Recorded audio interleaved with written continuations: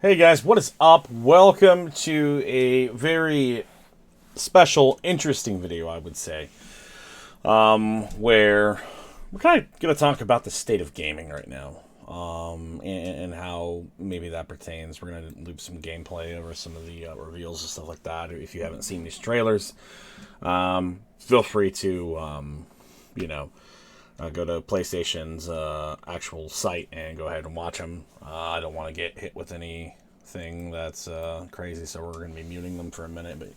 But so gaming in 2023, I've seen some videos, I've seen some posts, I've seen some interesting things where obviously this particular Sony showcase wasn't received well from most online people, right? And I think that's just in general now of 2023 and where gamers are.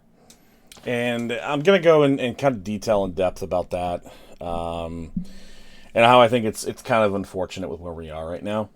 And I just think that's what it is. So these are a lot of what it would be opinions. I don't have, I'm not going to sit there and say that this is all facts or anything like that. These are just observations that I'm making. These are just certain things that I've seen that maybe I don't agree with, or maybe that we're not exactly looking at it like how we should be looking at it, or even how we used to. I get it that times change and things like that. So, with that being said, let's dive into the state of gaming in general, or at least console gaming, slash even PC gaming, right?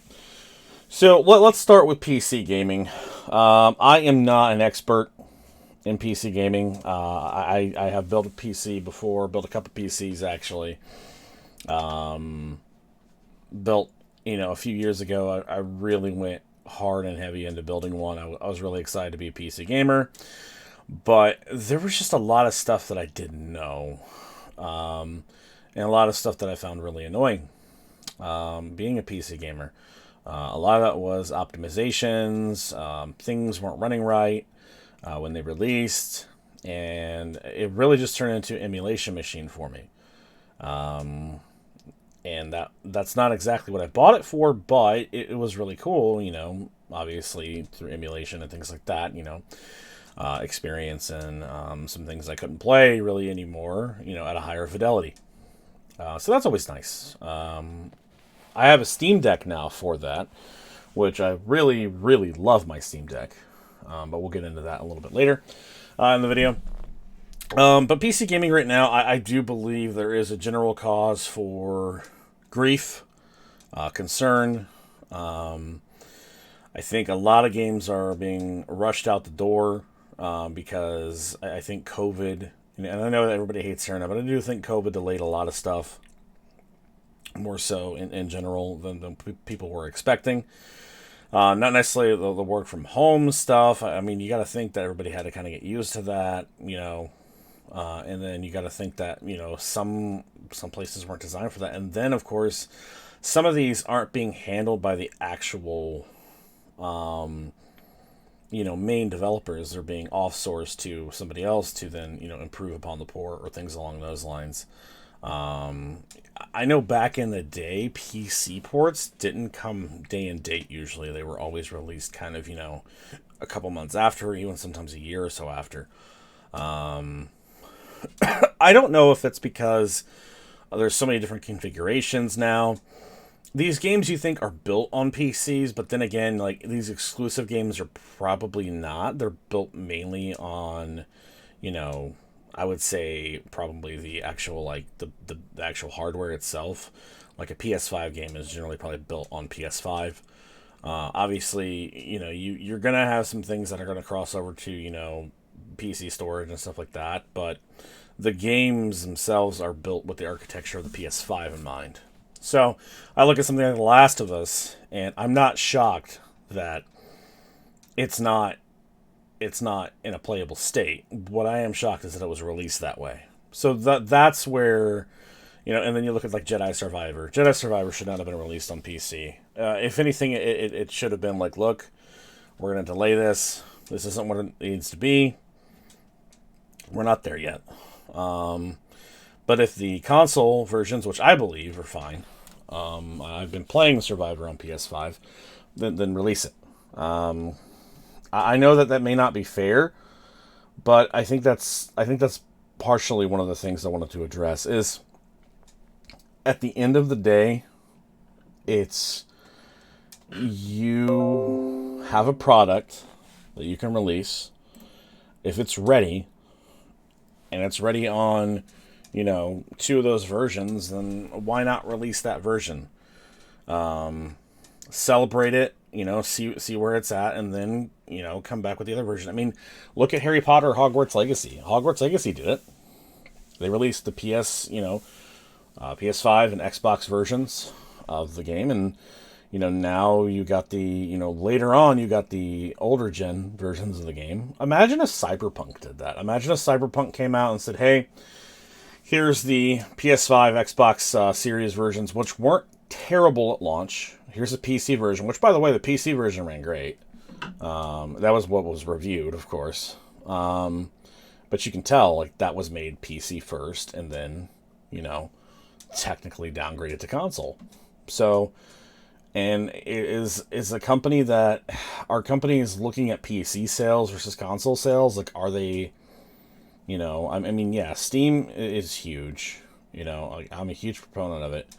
But I think day-and-date games on PC, in my personal opinion, I don't see, other than maybe multiplayer games or things like that, I don't see like the single-player titles moving a whole lot. Even Sony's single-player titles, outside of Spider-Man, which we're watching this here, for Spider-Man 2, didn't move, a huge amount of units. And maybe that's because, performance issues, yada, yada, yada. But I think God of War ran pretty well, if I'm not mistaken. And I don't recall seeing the numbers being huge on that. So I got to think that in hindsight, if you're worried about selling, what's going to sell more, I would think console versions of these like big license games, like specifically, would probably sell more. I think your multiplayer games are smart to make sure that those are on PC day and date, because I think PC is what carries your multiplayer games. But I think the single player stuff, if it has to be delayed, I think PC gamers would rather it be delayed than it being, not playable. So yeah, I do think that, in 2023 we're at a point right now where I do think there needs to be kind of like an internal, look at PC gaming. What's the issue? Are we just rushing things out? Is it configuration issues? Is it because there's so many different things that can rely on? Like, I don't know. I'm not a developer. I don't know. Those are questions I would have. I would love to ask. Because I'm not seeing that happen a lot with games that are dedicated PC. Anything that's just released on PC, I'm not hearing that it has too many issues. I'm hearing that anything that's, designed on a console going to PC is where the issue is because I think the architecture is a little bit different there. So, I don't know. Well, I would love to know what you guys think. I would love to hear your guys' comments. I think that would be great. Moving on to just console gaming in general. I keep hearing things like, this is the worst generation. There's nothing to play. I don't and I'm like, okay. I'm very realistic about that. However, that's something then that's kind of why I made this video in general. I don't understand that. And here's my reasonings why I don't understand it. Is I myself have probably gamed more so in this I would say that I've probably gamed done about the same amount this year that I did last year. Thank you, Elden Ring. But the thing that I don't get is this year, just let's look at 2023 alone and what I've played and what's available to play. My year started off pretty good with Dead Space. And mind you, I was catching up on backlog from last year. But Dead Space kicked off my January. Awesome game. Fantastic remake. And I was pleasantly surprised, with how good that was. And then Hogwarts Legacy was right after that. Very surprised with how well made Hogwarts Legacy was. Was it something I finished? No. I'm gonna go back to it. It's probably one of those games that like how The Witcher was for me, where at first I was like, I kind of gel with it, but it's not something that's absolutely crazy for me.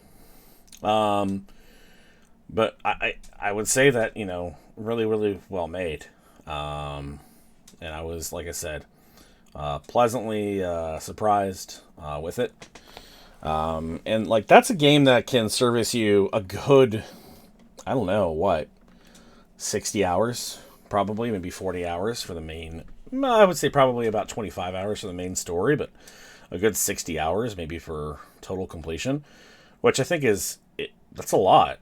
Like that's a lot of time to put into something, and like I just don't see where majority of people would have the time to beat that game in like 1 or 2 weekends.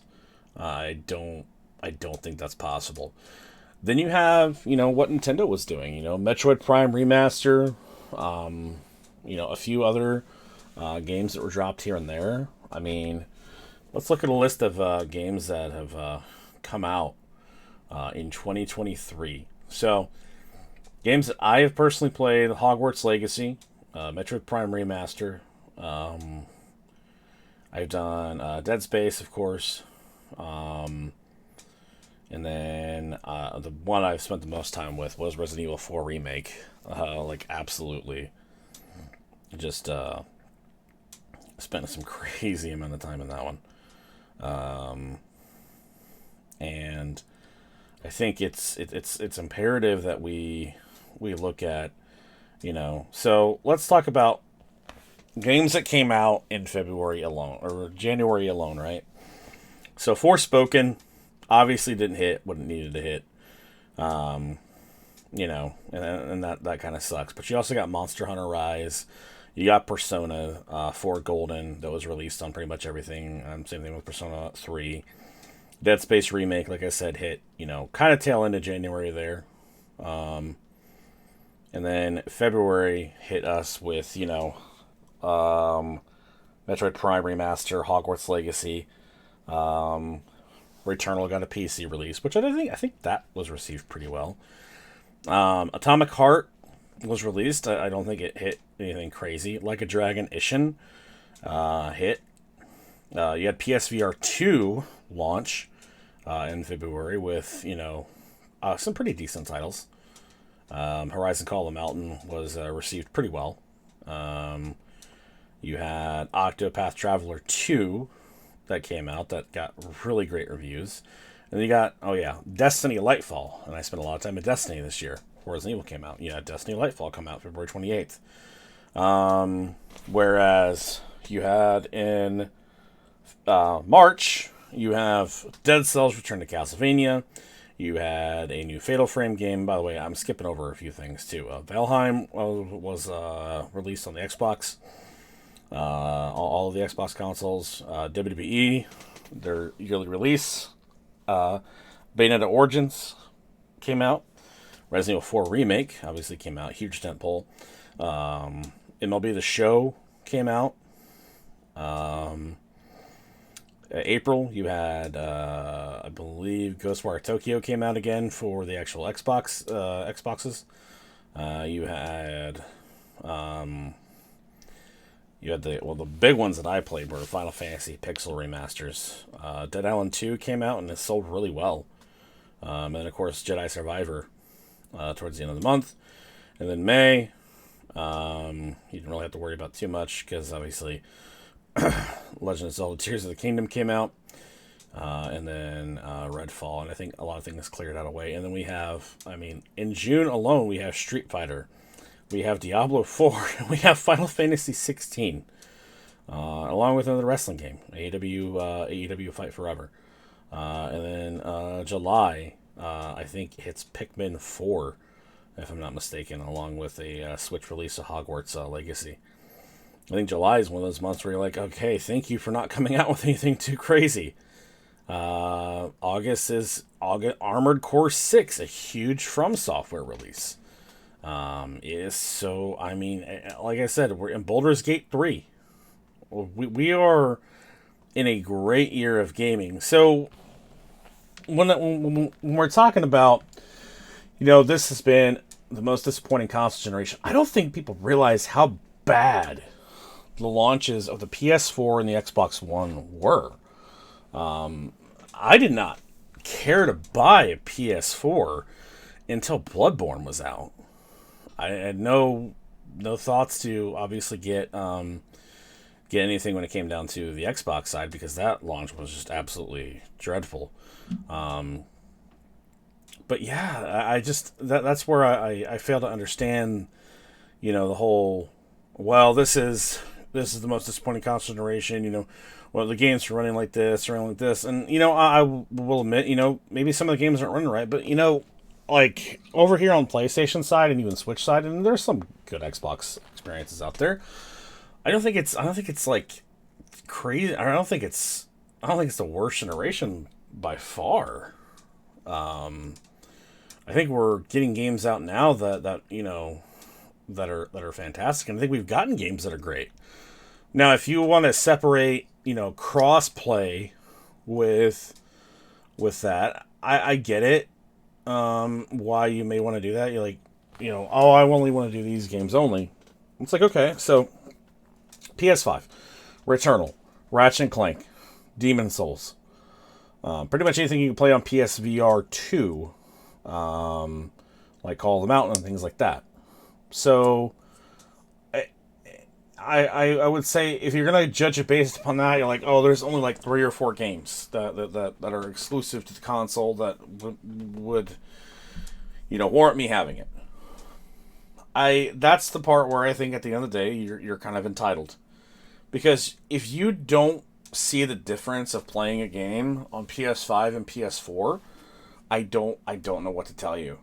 There is an astronomical difference when you are comparing them side by side. When Miles Morales came out, I got a PS4, or I had a PS4 Pro and a PS5 right next to each other, because I did the comparison between the two, and it was night and day. It was load times, it was fidelity, how it played, how smooth it was. Throw the DualSense controller in there too, and it was a totally different experience. And then, topple that with something that is like exclusive in there, like maybe like an Astro's Playroom to like show off what it can do, or Demon Souls, which is absolutely beautiful, fantastic looking. And it's amazing what some of these developers are able to do when they're able to concentrate specifically on the PS5. However, I will say that you play a game like Horizon Forbidden West, play that on the PS5, play that on either performance mode or even fidelity mode, whatever you want to do. Plug that into an OLED TV or a 4K TV, and if you're not blown away by that, I don't know what to tell you.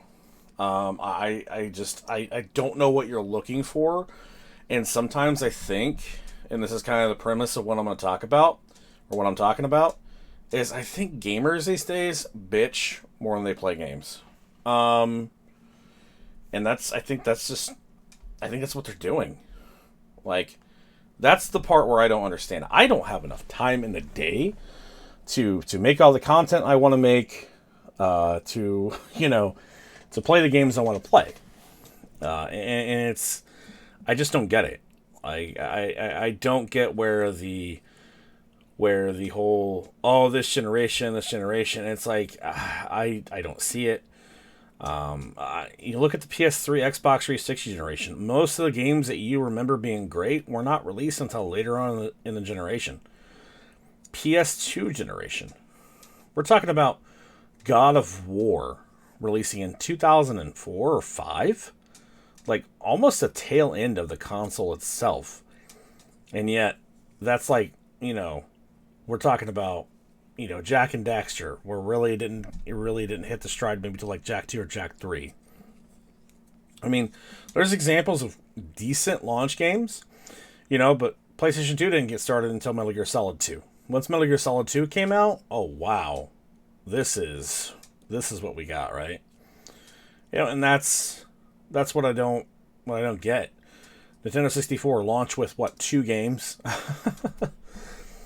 Like, game development's hard, guys. It really is. And like, I don't know what the expectation is right now over these larger video game studios, but that's something I don't get. And that circles back around to this PlayStation showcase, where I just don't think people understand that not everything is for them.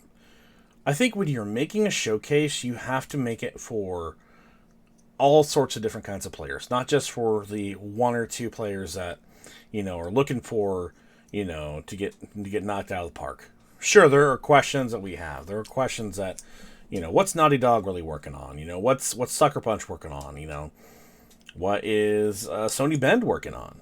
And what are some other these high third-party developers working on? Where's Wonder Woman at? Where's some of these games that we have seen that we want updates on? It's the same thing with Xbox, right? Where's Avowed? Where is Hellblade? Where is Perfect Dark?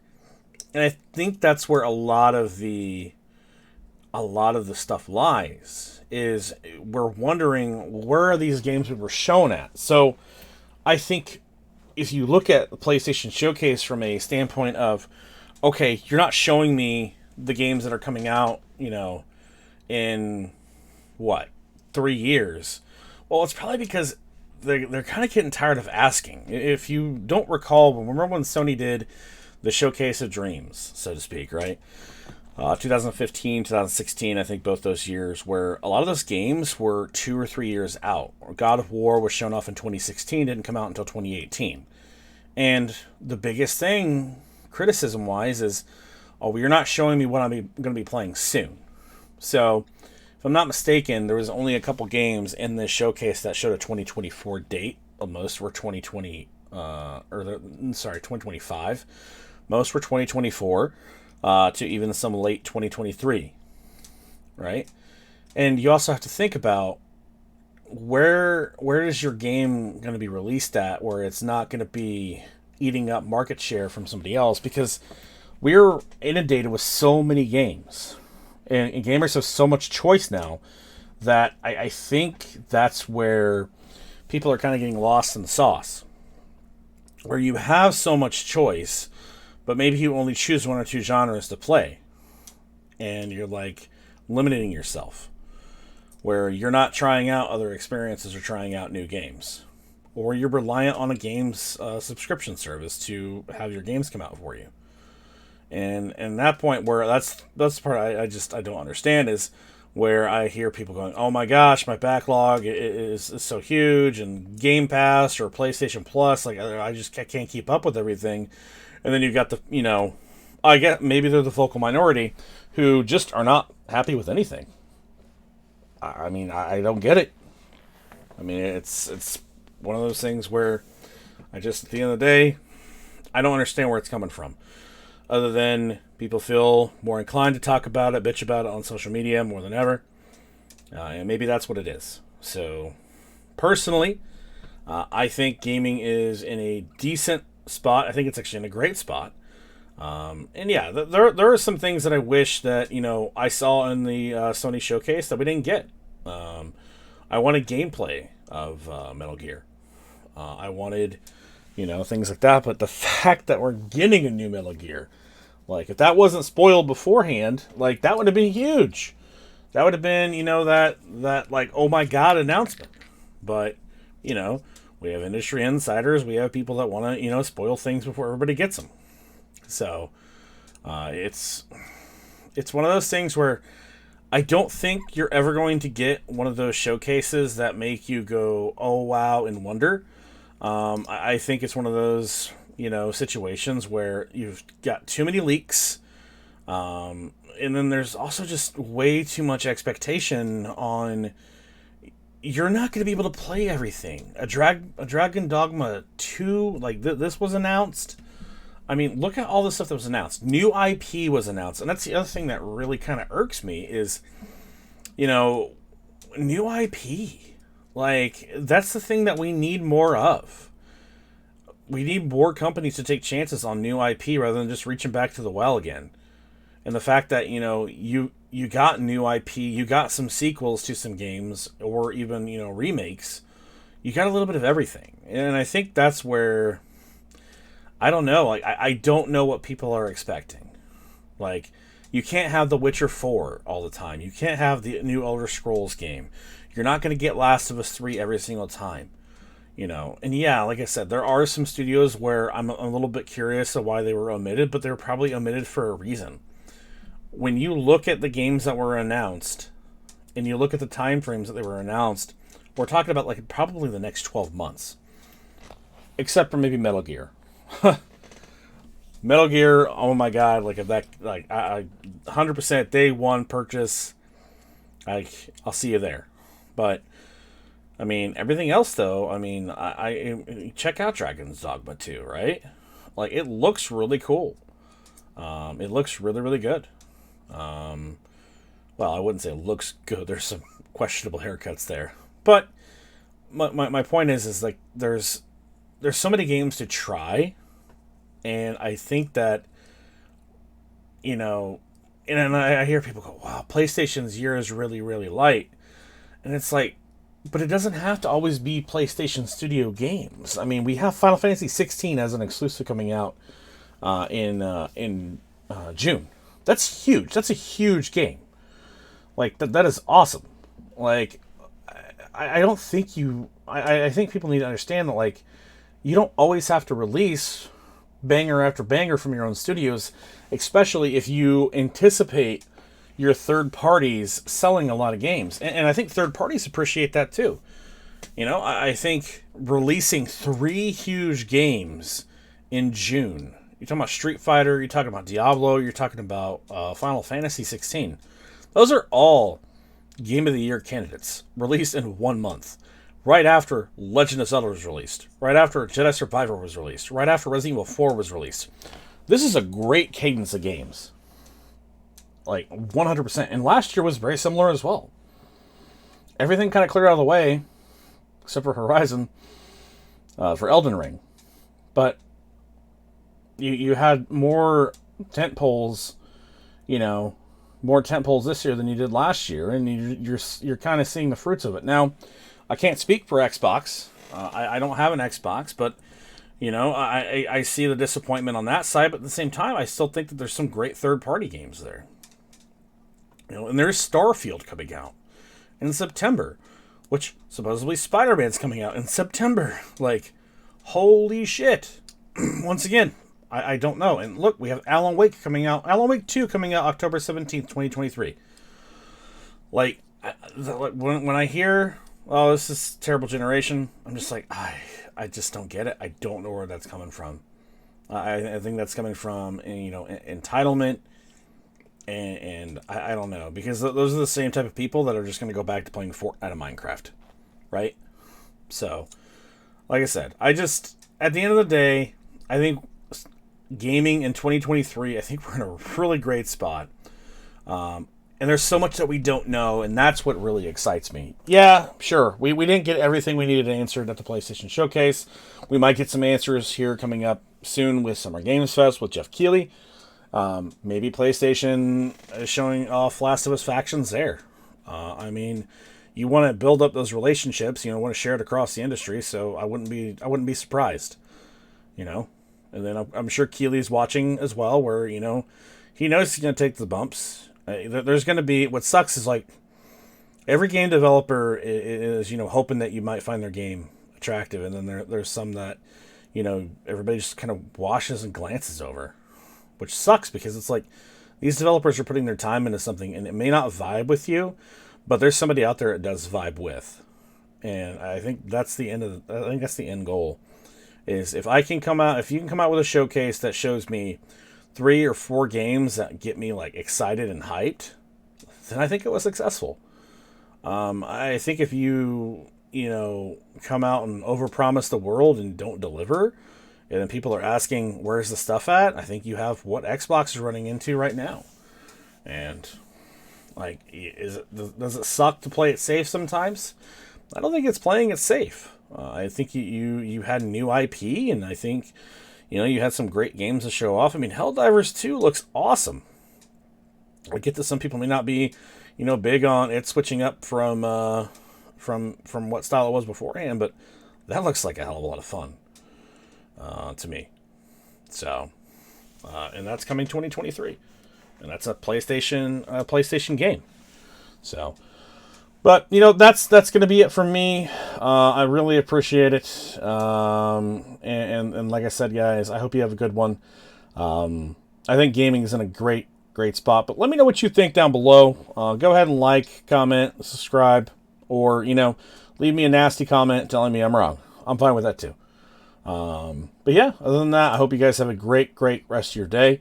And as always, thank you, and I will see you guys later. Bye.